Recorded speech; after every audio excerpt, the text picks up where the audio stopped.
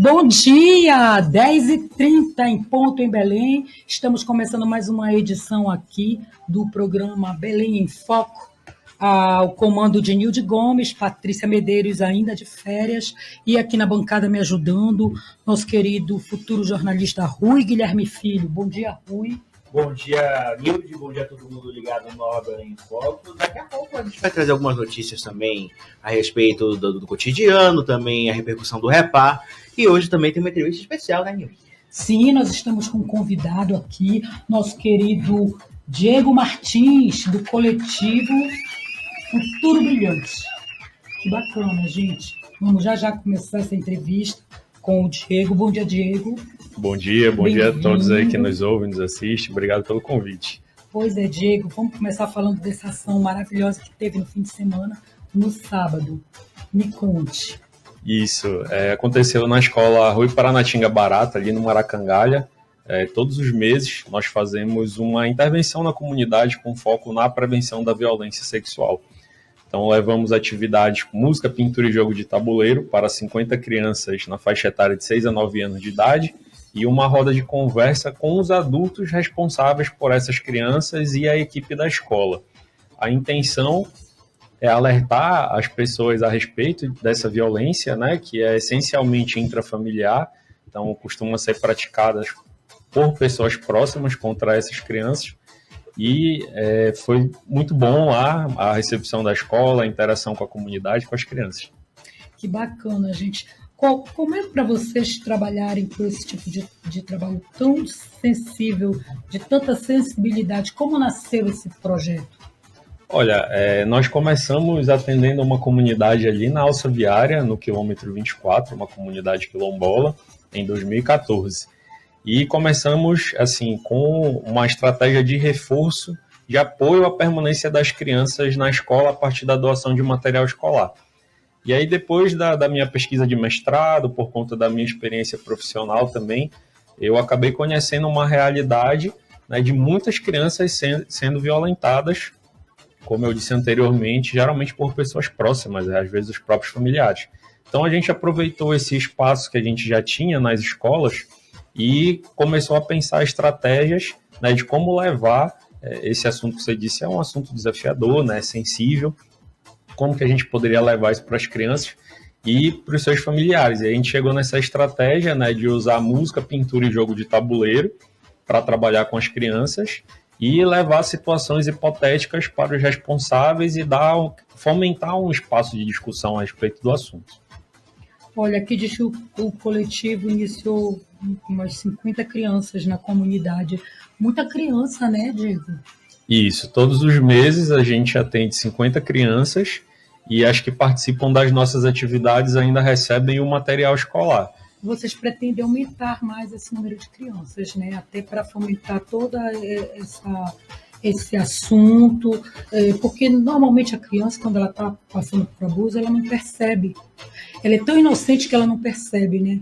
Então, a gente precisa conversar, fazer rodas de conversas, abrir fóruns para que isso seja esclarecido de uma forma sem agressão à criança, que ela possa entender que isso é uma coisa errada, que ela pode confiar nos seus pais para falar, olha, mamãe, tio, fez assim, assim, assim comigo. Abrir um diálogo, um espaço maior para que as pessoas possam conversar isso sem tabus, porque esse tabu, eu acho, não sei, você vai me dizer, que isso atrapalha realmente. Eu já fui criança, gente, eu também quase sofri abuso, e um abuso de uma pessoa que era uma pessoa muito próxima a minha, e quando eu tive a coragem de falar para minha irmã mais velha, ela ficou completamente, como é que eu posso dizer, bestializada de saber que era uma pessoa tão próxima de mim que tentava fazer isso. Mas eu tinha o esclarecimento da minha mãe, olha, vai fazer xixi, não deixa ninguém pegar em você, essa parte aqui é sua, você tem que aprender a se limpar sozinha, peça para a professora ficar na porta, essas coisas assim que muitas mães não ensinam, principalmente para as meninas, que as meninas são mais sensíveis a isso. Exato, as meninas, elas em sua maioria, né, pelo menos de acordo com as estatísticas, estão na figura de 80% a 90% de serem vítimas dos casos registrados. Então, de fato, a gente precisa ter uma atenção maior em relação à proteção e segurança delas. Eu acho também, sabe, Diego, que as mães têm que pegar uma palestra assim, bem exclusiva para elas, para ensinar as filhas a aprender a se defender com palavras, para a criança saber identificar quando ela vai ser abusada. Porque o abuso não começa pá, de repente, não.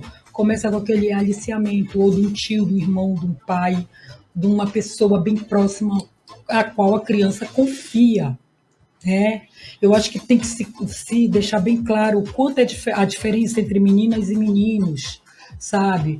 Essa história de brincar, criança, com menino é legal, mas aquela coisa de uma intimidade maior que passa para o lado de dentro da calcinha dela, ela tem que saber identificar isso como uma sinalização. Não sei se eu estou sendo radical. Tu tá me olhando com esse teu olho assim assustado, porque eu sou uma mulher muito moderna. Eu encaro as coisas de uma forma muito clara. Eu não vejo o sexo como uma coisa vulgar. Eu vejo o sexo como uma coisa boa, mas desde que seja feito de acordo com o que tem a sociedade a nos oferecer. Isso, o nosso trabalho vem justamente, né, para socializar essas orientações e como você trouxe o cenário, a grande maioria é exatamente assim.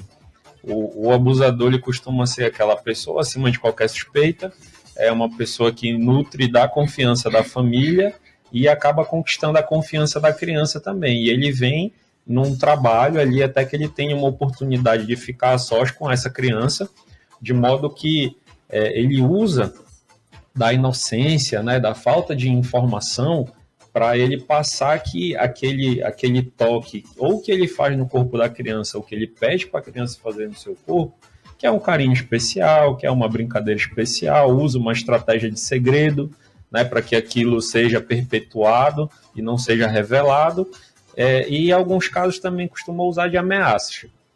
Então ele ameaça que vai praticar um mal grave ali, ou contra a própria criança, ou contra uma pessoa que ela gosta muito. Verdade. De modo que ele possa silenciar e continuar com essa prática violenta.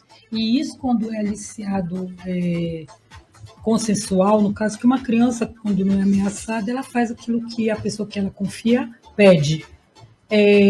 Desvirtua ela completamente da vida sexual dela. Porque essa menina que sofreu esse abuso aos poucos, com carícias íntimas, antes do momento de ela estar revelando o corpo dela na adolescência, que isso já acontece na adolescência para adulto, né? E isso antes do tempo, quando criança, desvirtua completamente a visão dela com relação ao amor, ao sexo. Ela nunca vai ser uma menina normal, ela sempre vai ter aquilo enraizado na mente dela, que aquilo é o certo, que aquilo que aconteceu com ela no passado é o certo, porque ela despertou sexualmente antes do tempo, que alguém forçou a barra com ela de uma maneira, né, maleável, foi ganhando ela no como é que se diz, na maneira de ser, na confiança que ela tem na pessoa. E quando ela cresce, que ela vai se tornar uma mulher, que ela tem que levar a vida sexual dela ou com o marido, companheiro ou uma companheira, não sei, ela se desvirtua do que é o normal. Ela quer outras coisas, que ela não percebe que aquilo não é a forma normal de ter o prazer, porque ela foi desvirtuada. Pois e na realidade isso causa um trauma muito grande na cabeça de uma mulher. De qualquer pessoa, né? Os meninos também são alvos de violência, mas com uma dificuldade muito maior dos casos serem revelados justamente pela estrutura patriarcal que a gente vive e de um julgamento muito maior quando isso acontece em relação ao menino, né?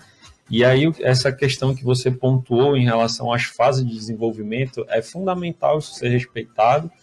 Muita gente tem dúvida, como é que eu vou tratar esse assunto com o meu filho ou com a minha filha?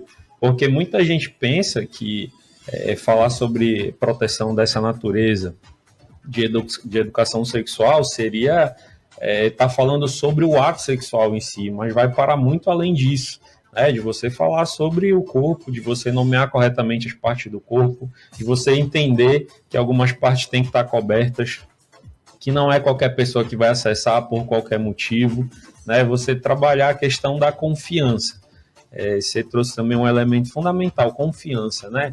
Aí eu convido as famílias que nos assistem a refletirem a respeito, né, do que a gente discursa para a criança, no sentido de que às vezes a gente fala, olha, pode confiar, no papai, na mamãe, na vovó, mas as nossas atitudes são incompatíveis com esse discurso. E aí eu te convido, né, a quem está nos assistindo também a lembrar de quando a gente era criança e eventualmente a gente estava tomando um copo com água e por algum motivo a gente derrubou o copo, derramou o líquido, quebrou o copo. Que tipo de resposta a gente, quando criança, fazia isso, a gente recebia? Verdade. Olha, o Rui, se quiser fazer alguma pergunta, fica à vontade, tá? A gente está aqui num papo muito gostoso com o Diego. Embora seja um papo cabeça, mas não deixa de ser gostoso, porque existem coisas que a gente não fala abertamente, né? E por não falar, fica difícil de entender. A gente pode falar a linguagem da criança, né? Eu tenho uma filha, agora ela está com 30 anos. Mas quando ela era criança, eu dizia, minha filha, seu corpo é seu templo. O templo é uma coisa que é seu, sagrado. Minha filha não tem tatuagem, minha filha não tem piercing, não tem, acho que ela levou a sério a história do templo sagrado. Então, ninguém pode ficar pegando em você, a não ser que você queira, que você deixe. Entendeu? Quando ela era criança, ela denominava o que era. Se era pepeta, se era florzinha, a criança tem a sua linguagem. Entendeu? Mamãe vai lavar minha calcinha. Lava tua pepeta, lava tua florzinha. Sabe? Ensinar desde criança que ela tem que cuidar dela porque é um templo. Limpe seu ouvido, seu narizinho.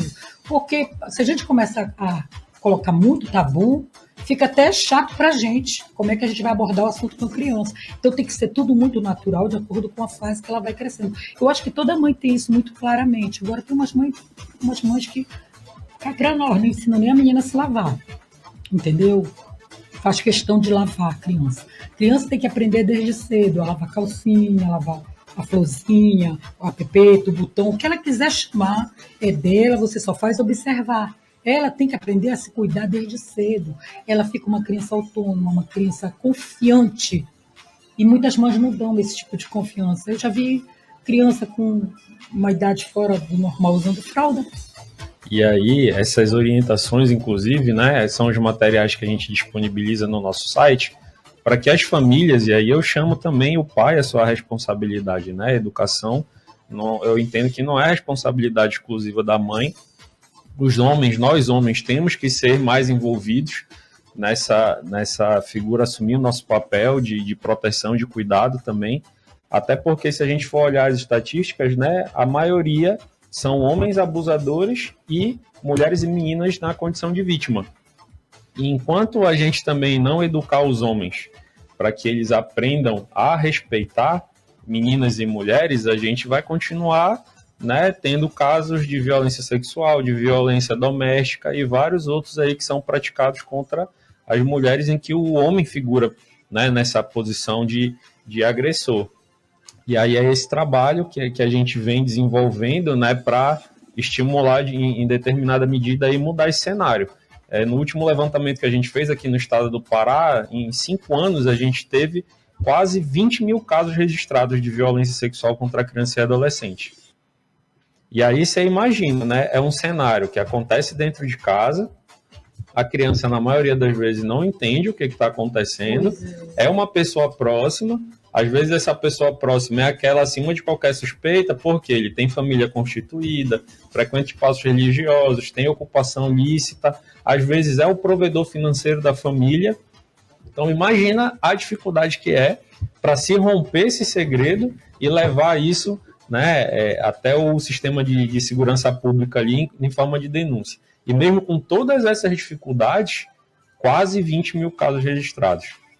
Pois é, Diego, agora eu te pergunto, na polícia sempre tem as assistentes sociais, isso não passa antes pelo caso de uma assistente social para orientar ali a família quando se descobre? Não, depende da porta de entrada que se procura e da finalidade, né? Aqui em Belém, por exemplo, a gente tem um serviço integrado chamado Parapaz, que tem 2 unidades. Uma ali na Santa Casa de Misericórdia e outra na Polícia Científica, próximo do estádio Mangueirão, onde aconteceu o REPA ontem, né? E aí, desses serviços, a gente tem o atendimento policial, o atendimento psicossocial e o atendimento pericial, que vai precisar fazer um exame ali no corpo da vítima. A diferença entre os 2 serviços é que o daqui da Santa Casa, que está mais próximo da gente, tem o serviço de saúde.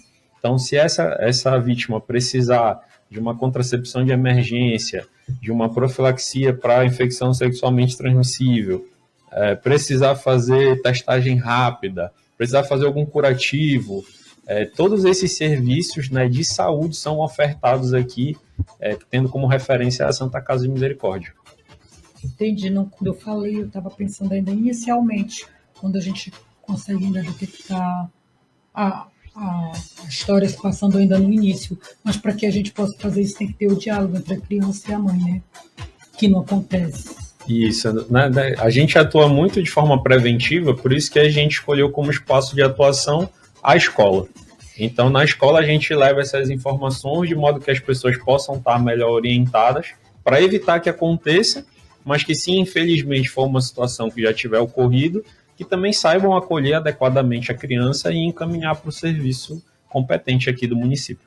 E os casos dos interiores, tu tens mais ou menos noção de quantos por que acontece? Porque a gente sabe que essa lenda de boto é uma máscara para abusadores, né? Sim, para familiares. O que engravidou a filha da dona fulana, da dona Maria. O boto é nada mais do que o irmão mais velho, o tio, o pai. Sim, geralmente uma figura familiar ali próxima. Essa lenda do boto é bonita, mas por trás disso tem toda essa história de que no interior as pessoas com poucas instruções, os homens ainda um pouco meio, sei lá, não digo bicho, mas um pouco ainda, a gente diz, não vou dizer bicho não, mas vou dizer assim, um pouco ferozes por sexo, né? E descontam nas crianças, nas meninas. Enfim, um pouco de ignorância também, né? Esse número que eu trouxe, ele é o número do estado, né? No estado do Pará teve algo em torno aí de 20 mil casos, né? A maioria das situações são registradas aqui na capital. E aí a gente tem algumas hipóteses, né, do porquê essa maior concentração aqui. Primeiro, porque a maior quantidade da população está concentrada aqui. A informação. A gente acredita também que a informação aqui na capital, as pessoas tenham mais acesso. A questão da mobilidade também, né? A gente tem interiores aí com uma extensa geografia em que muitas pessoas ficam muito longe do centro do município onde estão situados os serviços. Então, uma série de fatores aí que podem impactar, né, tanto na pessoa compreender aquilo como uma violência, mas também na possibilidade dela acessar o serviço, né? A gente ainda lida com localidades que sequer têm acesso à internet. Então, assim, mesmo que a gente oferte canal de denúncia, né, por ligação, por WhatsApp, boletim de ocorrência virtual, muitas pessoas ainda estão excluídas à margem desse tipo de utilização do serviço. É verdade. E também, mesmo assim, com todas as informações, ainda acontece muita coisa embaixo das nossas barbas. Com toda a tecnologia aqui na capital, eu soube de um caso que a babá violentava o garotinho de 6 anos. E a família toda presente, mas ninguém via isso. Que a babá que dava banho, a babá que levava para a escola, a mãe confiava na babá. E quando a mãe descobriu que demitiu a babá, o garotinho chorava e só queria babá. Já estava desvirtuado, porque estava acostumado com ela brincando no órgão sexual dele, ela pedindo para ele fazer algumas coisas nela. Então, uma coisa muito absurda isso, chega a ser uma coisa até doentia, de verdade, né? Gente, eu estou conversando com o Diego Martins, o papo é muito sério, mas você precisa ficar aí informado, tá? Porque o Diego tem um trabalho maravilhoso, que é um coletivo, que é o Futuro Brilhante, tá? Para ajudar essas crianças aí que estão à mercê de outras pessoas maldosas, malvadas, porque isso não é normal, né? Não, de forma alguma é normal. E a gente vai para um intervalo comercial, vamos tomar um cafezinho. A gente volta já já, abrindo para você que quer fazer perguntas, para você que quer participar. Bom dia aqui para o Henrique Sena. Henrique, vem aqui conversar comigo sobre seu trabalho voluntariado essa semana, minha última semana, viu, Henrique? Vem que já estou aberta às conversas de coletivos, de fundações. Vem que é muito bom a gente falar sobre essas entidades, esses órgãos que estão prestes a ajudar você. Não custa, né? Não custa prestar ajuda. Vamos já, a gente volta daqui a alguns minutos, Sunset Jazz. Então, vou pegar um feriado aí de uma semana, né? Bacana. Olha, gente, estamos com o Diego Martins, ele que é como é que a gente fala? Tu és um educador, quando tu és nesse sistema do teu coletivo? Sou o coordenador do coletivo. Isso. E atuo como professor. Futuro também. Brilhante, ele é professor educador, ele tem visão para manter um projeto que é o Futuro Brilhante e tem que ter muita serenidade, né? Tem que ser uma pessoa muito da paz, né? Para não se revoltar com tudo que descobre nesse projeto. É um desafio grande, né? As notícias que a gente recebe, principalmente de situações já consumadas de violência, machucam bastante. Mas é o que eu sempre falo para as pessoas, né? Se eu, que já sou adulto, passei por muitas situações, quando eu recebo uma notícia dessa ainda me machuca, eu fico pensando na criança. Né? Se a criança ali, que é a vítima direta da situação, como ela deve ficar? Então é o que me motiva assim, a continuar desenvolvendo o trabalho para ter alguém, né, que fale por elas, que lute pela defesa e principalmente que trabalhe para evitar que aconteça. Verdade. Isso daí é uma luta constante, uma luta árdua, um olhar muito sensível, tá? Você que está em casa, que tem um irmão que mora contigo, o próprio pai da criança, a gente nunca sabe, gente. Fica com um olhar atento, sabe? Aquele olhar de mãe, águia, atento a tudo. A um olhar a gente percebe muita coisa. Eu, como falei aqui pro Diego, eu já passei por uma situação dessa quando eu era adolescente. Mas, assim, graças a Deus, eu consegui contornar tudo isso pela visão que eu tinha, né? Do ensinamento que a minha mãe me deu sobre o meu corpo, sobre as coisas que tem a ver com uma menina, determinadas coisas que as meninas não podem fazer perto dos meninos, desconfiar de determinadas brincadeiras. Eu já tinha sido muito alertada com relação a isso. Tinha um rapaz, quando eu tinha 8 anos, que meu pai fumava, naquele tempo, década de 70. O pai da gente, normalmente os adultos fumavam, aí meu pai dizia, vai na taberna e compra tal cigarro para mim, eu vou te dar o troco. Eu ia toda contente que eu pegava esse troquinho, botava dentro de uma latinha de poupança para comprar minhas besteirinhas. Quando eu chegava lá que eu dava o dinheiro para ele me dava o cigarro, que ele me passava o troco, ele dizia, põe tua mão aí. Aí eu colocava, ele segurava minhas 2 mãos pela grade da janela da taberna e dizia, agora eu não vou te soltar. Isso para mim era um martírio, mas eu ia porque eu queria o trocadinho do que meu pai me dava, tu entendeu? Quando eu fui ficando mais velha, com 9, toda a vida ele fazia isso. Quando eu fui ficando mais velha, eu fui entendendo que isso era errado.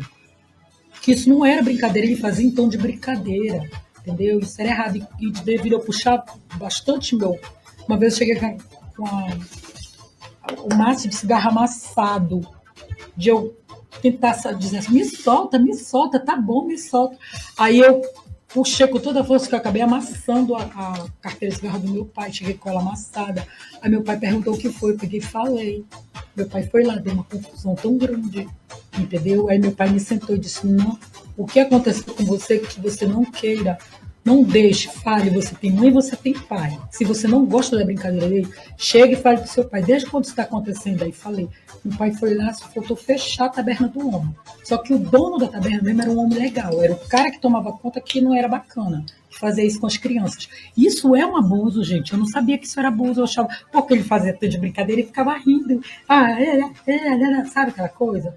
E depois eu fui crescendo, revoltada com isso. Depois que eu descobri que isso era, eu fiquei mais atenta ainda para as coisas que poderiam vir a acontecer. Então, quando de fato alguém quis abusar de mim, eu soube como responder, porque eu já tinha essa ideia de que se eu não estou a favor, a pessoa não pode fazer. Meu pai me chamou, me olhou nos olhos. Eu nunca tinha visto meu pai com tanta raiva nesse dia. Chamou e disse, vem cá, por que minha carteira está amassada? Aí eu, por que minha carteira está amassada? Chega para o papai. Não, mira papai, o que foi? Aí eu contei, não. Aí disse, meu amor, quanto tempo vem acontecendo isso? Toda vez que eu vou lá. Por que você não fala? Você tem mãe, você tem pai, isso está errado. Você gosta desse tipo de brincadeira? Não. Então por que você permitiu? Você tem que dizer para quem é responsável por você. Vamos lá, e eu fui. E aí é um ponto bem interessante que você traz, essa questão da compreensão do que é violência, né? Então tem muita gente que equivocadamente pensa que para que se consume uma violência, que para se faça uma denúncia, tem que ter penetração, né? E isso é um entendimento equivocado. Qualquer tipo de acesso ao corpo da criança, e até ali no início da adolescência, com essa conotação sexual, né, abaixo dos 14 anos, desde 2009, tem definido na legislação que é proibido qualquer tipo de contato sexual com quem tem menos de 14 anos de idade. Não interessa se é namorado, não interessa, né, se a menina ou o menino já tinha uma vida sexualmente ativa, já tinha tido outros parceiros, não interessa se a família eventualmente concordava, é proibido qualquer tipo de contato com quem tem menos de 14 anos de idade, e que a violência ela pode se manifestar inclusive pela internet, né, com o uso do celular, das redes sociais. Então, vamos assim, já falar sobre isso também. Então não precisa necessariamente, né, que o abusador esteja no mesmo espaço físico que a vítima, não precisa que ele tenha contato físico com essa vítima, né? Às vezes com o próprio uso do celular.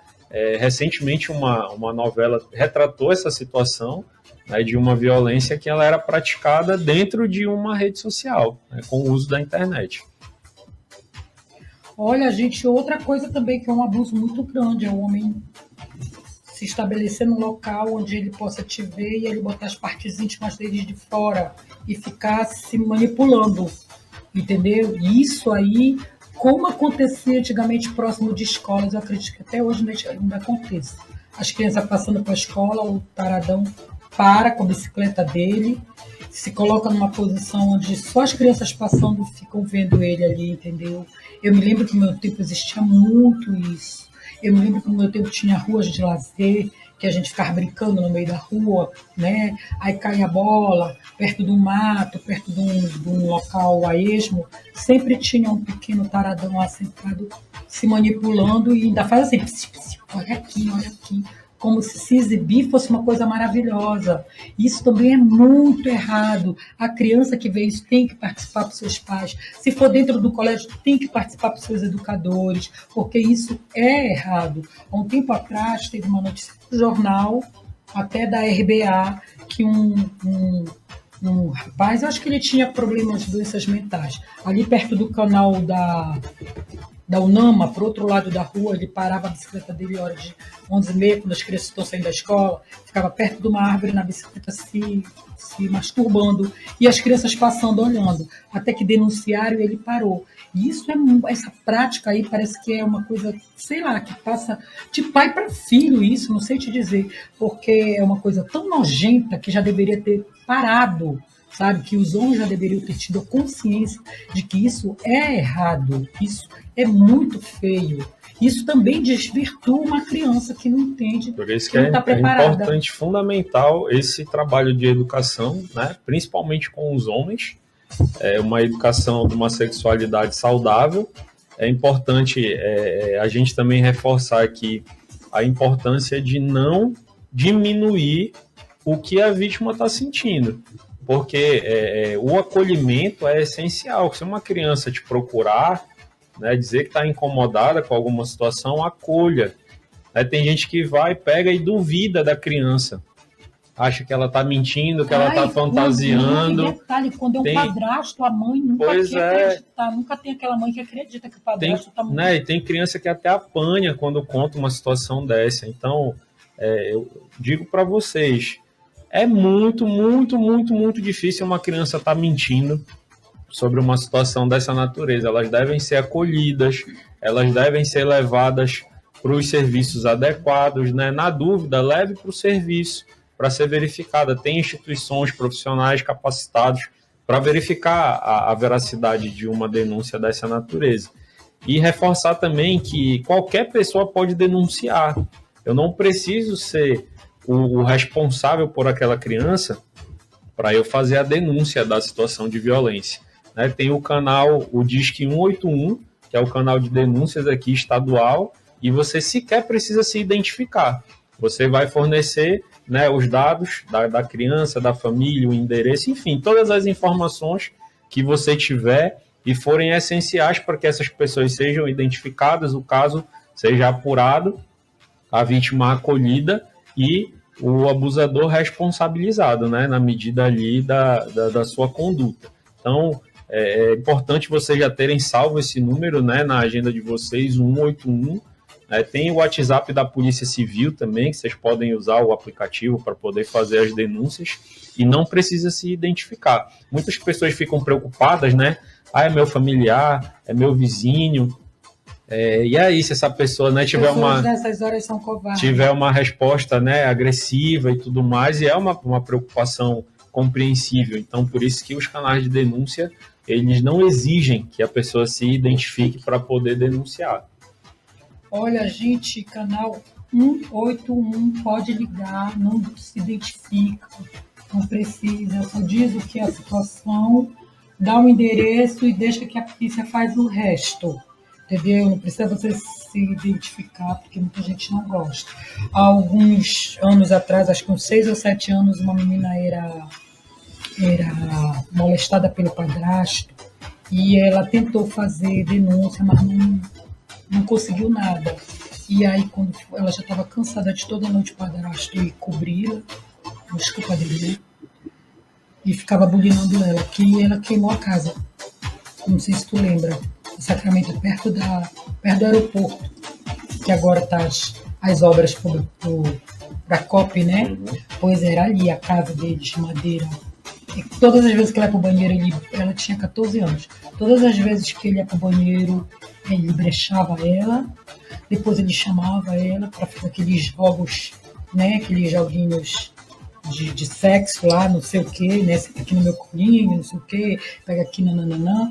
E ela já estava cansada disso. Quando chegava de noite, era o terror da vida dela chegar de noite, escurecer. Ela sabia que ele ia no quarto dela e a mãe fazia vista grossa. Quando ela contou, ela apanhou, a mãe não acreditou, mandou ela para casa da tia, disse que ela estava vendendo pão. Mas como ela estudava numa escola próxima, ela teve que voltar. E ele só deu um tempo, depois ele continuou de novo. Mas cada dia ele avançava mais nessas carícias ousadas. E ela já não estava mais aguentando. Aí o que ela fez? Um dia que a mãe não estava, foi fazer alguma coisa que não ia dormir, alguma tia adoeceu, ia passar no hospital, sei lá. Ela tocou fogo na casa com ele e ela dentro. Tá nos jornais isso. Depois veio à tona qual foi a causa do fogo. Ela contando que ela não aguentava mais, porque a vida dela era um tormento, então ela estava se matando ali. Ele chegou bêbado nesse dia, ela aproveitou e tocou fogo na casa. Ele não conseguiu morrer, mas ele puxou um presídio bacana. Não sei se ele já foi solto, acho que não sei. Mas eu te dizer o seguinte, que de alguma forma ela procurou se defender sozinha. Porque ela disse, se a minha mãe não acreditou em mim, nunca vai acreditar. Tem que estar passando, ela não está tomando iniciativa. Eu vou acabar matando esse homem aqui dentro de casa, porque eu não vou deixar mais ele me tocar, que ela não aguentava mais. É muito triste essa situação, né, que você traz. E um ponto importante para a gente falar de alguns sinais. Principalmente quando a gente fala de violência contra a criança, diferente de nós três aqui, por exemplo, e talvez de quem esteja nos assistindo, que tem já esse repertório vocabular, né, essa capacidade de sentar aqui e relatar fatos. Dizer o que aconteceu, dizer como a gente está se sentindo, dizer o que a gente gosta, o que a gente não gosta. A criança está numa fase ali inicial de desenvolvimento, de aprendizado, então não necessariamente ela vai conseguir chegar e com palavras dizer o que está acontecendo. Ela vai ter, às vezes, uma manifestação comportamental diferenciada, ela vai fazer um desenho. Ameaça, né? Diz, olha, esse é o nosso segredinho, olha, ninguém pode saber disso, olha, eu vou te dar um dinheirinho para deixar a menina mais confortável, ou o menino. Isso, são algumas estratégias, inclusive o açaí, né, que muita gente gosta, que é apaixonado, às vezes é utilizado como essa moeda de troca. No interior também. O açaí aqui na capital tem bastante, né? A gente já recebeu casos assim dessa natureza, que o vizinho é sempre uma pessoa próxima, né? Então, você percebeu que todos os contextos que a gente está falando de pessoas próximas. E aí esse vizinho sabia lá que aquela família não tinha condições financeiras de estar provendo o açaí todo dia, ainda mais no preço que está atualmente, né? E aí ele usou essa informação, sabendo que a criança gostava do açaí, e ela ficava brincando na rua, sem vigilância, e aí ele fazia esse convite, olha, eu comprei açaí pra gente, vem aqui para casa. E a criança ia, e lá ele fazia a proposta de troca. Né? Tanto da criança autorizar o acesso dele ao corpo dela, quanto da criança tocar nele em troca do açaí. E isso se repetiu assim por meses, né? Até que alguém, uma vez eu acho que ela chegou com a boca que não nega, né? A boca roxa do açaí, e aí ficaram curiosos, mas como é que tu conseguiste açaí, né? E aí ela foi contar o que acontecia. Dela, né? Exatamente. Então é muito importante estar atento a essas movimentações, essas estratégias, né? Chegar com alguma coisa estranha em casa, chegar com, por exemplo, a mamãe, eu ficava muito aborrecido quando eu era criança, justamente por não entender, né? Se eu chegasse com um chiclete, uma pipoca em casa, eu tinha que dar um relatório completo de onde tinha vindo aquilo, né? Minha mãe também é assim. E eu não podia pegar nada, assim, nada. Hoje eu entendo que era o jeito dela, que ela estava tentando me proteger, né, de evitar alguma coisa comigo e de alguém usar uma estratégia dessa aí. E usar da tua inocência, né? Exatamente. Olha, o Cena Sonora Experiência, bom dia a todos que fazem parte da Rede Nova Belém. Ele faz uma pergunta aqui para vocês, assim, olha, vocês realizam ações mensais para prevenir a violência sexual contra as crianças e adolescentes. Como essas atividades são estruturadas e qual o impacto na vida das famílias atendidas? Olha, geralmente nós vamos a convite, né, das escolas. Essa que nós realizamos sábado, agora dia 22, foi na Rua Paranatinga Barata, ali no Maracangalha. E aí tem toda uma mobilização, porque a escola precisa funcionar em um sábado pela manhã, né, as famílias precisam ser convidadas, levar seus filhos para lá. E aí a gente estrutura da seguinte forma: a gente numa sala fica com as crianças, que elas participam de atividade com música, pintura e jogo de tabuleiro. O objetivo é de trabalhar a nomenclatura correta das partes do corpo, limites do toque, o que seriam toques adequados e inadequados, e reforçar com essa criança um adulto de confiança dela, que ela é orientada a procurar caso ela se sinta desconfortável com alguma abordagem, seja ela presencial ou pela internet. E na outra sala, os responsáveis participam da roda de conversa, eles recebem situações hipotéticas, como, por exemplo, o convite para o baby chá da menina de 13 anos, que é a vizinha deles. E aí, o que ele faz diante dessa situação? Aí lembra que eu falei que é proibido qualquer tipo de contato sexual com quem tem menos de 14 anos de idade? Então essa menina que está organizando, a família está organizando o baby chá, pela legislação, ela foi vítima de estupro de vulnerável. Mas será que a sociedade tem compreensão a respeito disso? Então a gente traz situações do dia a dia, eles são divididos em grupos e são convidados a conversar e compartilhar suas opiniões. Aí, tipo, acho que está certo, que está errado, vai denunciar, para onde, como, né? Por que vai denunciar ou não, não vou fazer nada, não vou me meter. E aí a gente vai construindo junto com eles aí o entendimento, né, a respeito do que é violência, do que não é e quais são os serviços aí que a gente tem disponíveis aqui no município. Mas Rodrigo, você já... Diego, na verdade. Diego. Mas vocês, nessas experiências assim, nessas ações, vocês já chegaram a identificar algum caso no meio dessas crianças? Com as crianças não, mas com os adultos sim. Inclusive sábado agora, né, uma das mães, ela relatou durante a atividade que ela tinha sido vítima na infância. Nossa. E contou a situação, né? E depois a gente pediu para conversar à parte com ela, para ver como é que ela estava, dar as orientações devidas, porque é importante a gente frisar, aproveitando a tua pergunta, que independentemente de ter denúncia, de ter processo, a vítima tem direito a atendimento. Então, pode ser uma coisa que marca para sempre, né? E aí, dependendo de como ela se sente atualmente, né, ela pode ir para um atendimento psicológico, ela pode procurar outros atendimentos de saúde que são ofertados gratuitamente, por exemplo. Mas vocês têm algum, digamos assim, apoio, assim, alguma orientação? Vocês têm como conseguir levar essas pessoas a algum atendimento psicológico? Vocês oferecem alguma coisa referente ou vocês só encaminham? Como nós somos um coletivo, né, que depende essencialmente de doações para funcionar, então a gente não tem como custear esse profissional para fazer esse atendimento. Então, a gente dá as devidas orientações de onde são os serviços disponíveis e as formas de acesso para que essa pessoa possa procurar. Perfeito. No caso, Diego, dessa senhora que já tinha acontecido há muito tempo, ela ainda precisava de ajuda. Sim. Será que eu preciso de ajuda? Aí é só você que... Eu nunca busquei, mas acho que eu consegui sanar meu problema, né? E a minha ajuda era autoajuda, eu sempre escrevi diário. Eu nunca imaginei vir a ser jornalista, né? Mas eu sempre escrevi diário. Eu acho que eu busquei ajuda nas minhas escritas, depois eu analisava o que eu escrevi na hora, no calor do momento, e depois, com o tempo, o que eu estava pensando, e como eu faria isso com o meu relacionamento com essa pessoa que era da minha família, presente ali comigo, entendeu? Sim. Quando eu busquei ajuda, que eu falei para minha irmã mais velha, ela me apoiou. Ela não disse, mas tu estava dormindo no quarto dele, né? Porque as mães têm mania de falar quando é padrasto. Mas tu estava só de shortinho, como se fosse a provocação. É o que a gente chama da culpabilização da vítima. Casa, não. Graças a Deus. Que bom, você foi apoiada, isso é fundamental. Entendeu? Ficou com nojo da pessoa que fez isso, mas a gente abafou o caso porque era da família, sabe? E depois, muito depois, eu levei para minha outra irmã, que também, de certa forma, teria me apoiado, embora ela não morasse mais com a gente. Na realidade, já só quem estava na casa era eu e esse elemento, que é meu parente.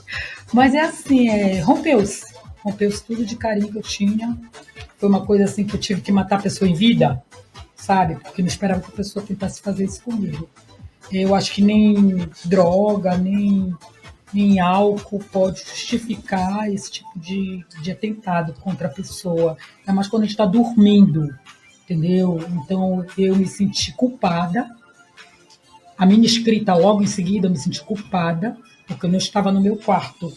Mas eu não estava no meu quarto porque justamente eu confiava na pessoa, entendeu? Eu também não estava fora da minha casa. Para dizer, eu estava dormindo fora de casa, na casa do estranho, não. Não era estranho. Foi uma pessoa que cresceu comigo. Uma pessoa que recebeu meu carinho, meu amor, minha atenção, entendeu? Mas, não sei, eu acho que eu busquei, mas eu acho que no fundo ainda tem aquelas cicatrizes, sabe, que precisam dar uma... As cicatrizes assim, emocionais, assim, as psicológicas, elas perduram aí. Talvez... O corpo cura muito mais rápido, né, do que essa lembrança, né, os impactos. Talvez isso tenha me fortalecido como mulher, porque eu fui crescer e fui ser a mulher que eu sou agora. Mas eu me lembro que eu tive alguns pesadelos que eu estava sendo estuprada. O elemento fazia isso aqui na minha costa, na minha cabeça, e baixava a minha roupa. E eu me acordava. E foi exatamente, não com essa violência, que eu me acordei no dia que isso aconteceu comigo. Sim. Só que esse episódio que eu passei, dos meus pesadelos, foi antes de acontecer. Entendeu? Uhum. Foi antes de acontecer, como se fosse um sono premeditório, sei lá, não sei nem como dizer, como se eu estivesse premeditando aquilo na minha mente. Só que a pessoa que estava lá era uma pessoa diferente, uma pessoa estranha atrás de mim. Eu não conseguia ver direito o rosto, mas eu vi o vulto, era uma pessoa estranha. Entendeu? Então, eu acho que devido a esses sonhos aí, eu consegui não ser violentada. E olha, esse sentimento de culpa, né, que você falou, Sim. É muito importante para quem está nos ouvindo, que é muito comum a vítima se sentir dessa forma. Na minha escrita está lá. Agora eu não me sinto mais culpada, mas logo que aconteceu quando eu escrevi, eu me senti culpada. Isso, mas é importante a gente reforçar que a culpa nunca vai ser da vítima. Nunca.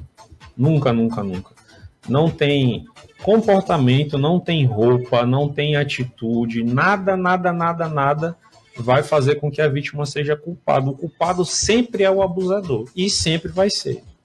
E quando rompe a família, as pessoas que não sabem da situação íntima do que aconteceu, acho que a gente é malvada, que a gente tá sendo injusto, porque tu não fala com fulano, olha, e é isso pra ti, poxa, fala com ele. Eu não vou chegar com o vizinho que viu a gente crescer e falar, mas ele fez isso comigo, porque a pessoa não vai resolver uma situação do pior, vai espalhar na rua, vai ser pior. A exposição, né? Por isso que a gente tem que ter muito cuidado em como acolher, em como tratar. vista como a, entre aspas, escrota, a que, sabe, que não é legal, que tu é grossa, tu não fala com o fulano nunca te fez nada, não sabe da situação dentro de casa, né?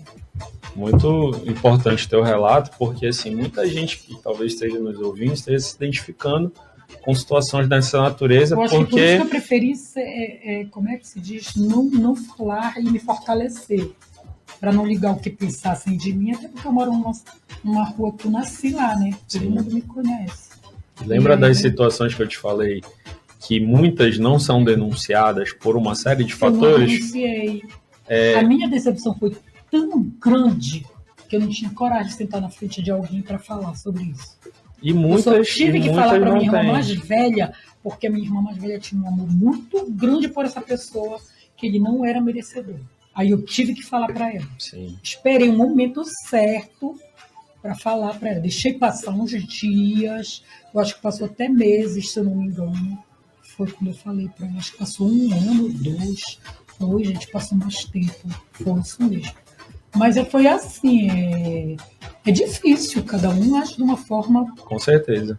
Eu acho que eu falei quando eu vi ela relatando muito carinho pelaquela pessoa, eu disse, olha, vou te falar uma coisa, tu acredita em mim se tu quiser, mas eu não tenho por que mentir. Aí comecei a contar. E ela me conhecia, aí conta a sua, ela ia saber se eu estivesse mentindo ou não. E aí a gente chorou, a gente uma consolou a outra, mas é a realidade, tu não pode, como é que se diz, esconder. Não tem como esconder. Eu consegui me livrar, mas quem não consegue? Sim, eu consegui me livrar. Muitas situações elas duram meses, até anos. Sabe ali aquela a pessoa coisa, tipo, vai. da baiana, dar uma de doido, eu consigo me livrar da pessoa. Mas muita gente não consegue, não tem esse ímpeto, essa força.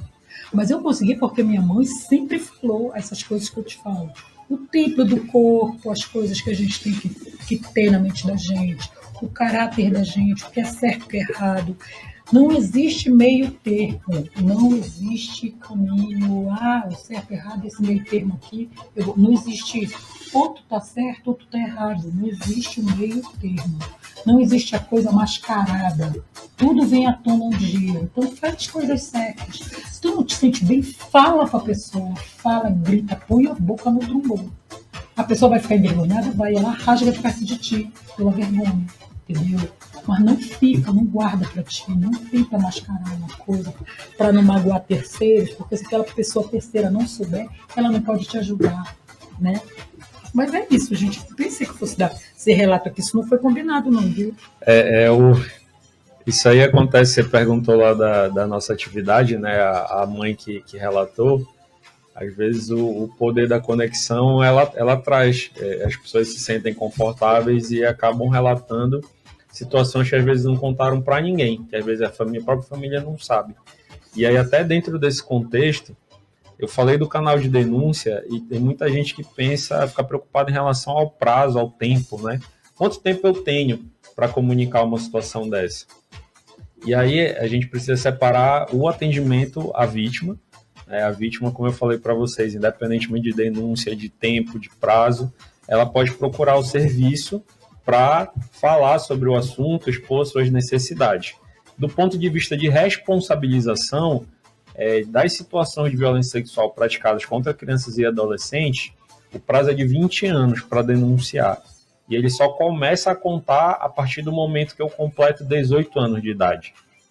Então, numa situação que aconteceu, né, com quem era criança ou adolescente na época, esse prazo só começa a contar quando você completa 18 e aí você soma 20 anos. Então, a pessoa tem ali, em tese, até os 38 anos de idade para levar essa situação, né, para fazer uma ocorrência policial para ser apurado o caso.